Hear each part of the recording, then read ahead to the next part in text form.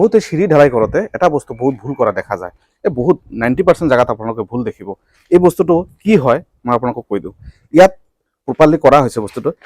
এইটো যিটো স্লেব দেখিছে, এটা তলে তলে এটা স্লেব গৈছে। এইটো যিটো আপোনালোকৰ ৰাইজাৰ আছে, এইটোক ৰাইজাৰ বুলি কয়। এই চিধা যিটো আছে এইটো ৰাইজাৰ, আৰু তলত যিটো আছে এইটো হ'ল ৱে স্লেব।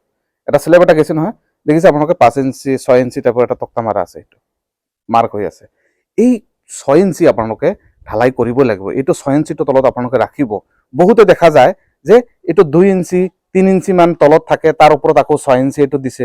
মোক উল্টা বুজাই দিয়ে যে ওপৰত 6 ইঞ্চি ৰাখিছোঁ আৰু তলত 2 ইঞ্চি, 8 ইঞ্চিটো আপোনাৰ হৈয়ে গ'ল। কিন্তু এইটো এটা বহুত ডাঙৰ মিষ্টেক। এইটো আপোনালোকে নকৰিব। এনেকুৱা চিৰি যদি আপোনালোকে বনায়, তেতিয়াহ'লে আপোনালোকক ভাইব্ৰেট কৰিব চিৰিটো। যেতিয়া উঠিব কঁপি থাকিব চিৰিটো, একদম কমফৰ্ট নাপাব। আপোনালোকে এনেকুৱা লাগিব চিৰিটো ভাঙি পৰে নেকি, ৰডবোৰ বেকা হৈ গ'ল নেকি, এনেকুৱা লাগিব। সেইকাৰণে এই ৱে স্লেবটো থকা বহুত জৰুৰী। আৰু যিহেতু আমি অসমত জোন 5ত পৰে আৰ্থকুৱেক, ডিউৰিং আৰ্থকুৱেকৰ সময়ত বহুত এফেক্ট পৰে। এইটো ভুল আপোনালোকে কেতিয়াও নকৰিব। এইটো ৱে স্লেবটো 5 to 6 ইঞ্চ আপোনালোকে মেইনটেইন কৰিবই, নহ'লে আপোনালোকৰ বিল্ডিং বনোৱা বেকাৰ হৈ যাব।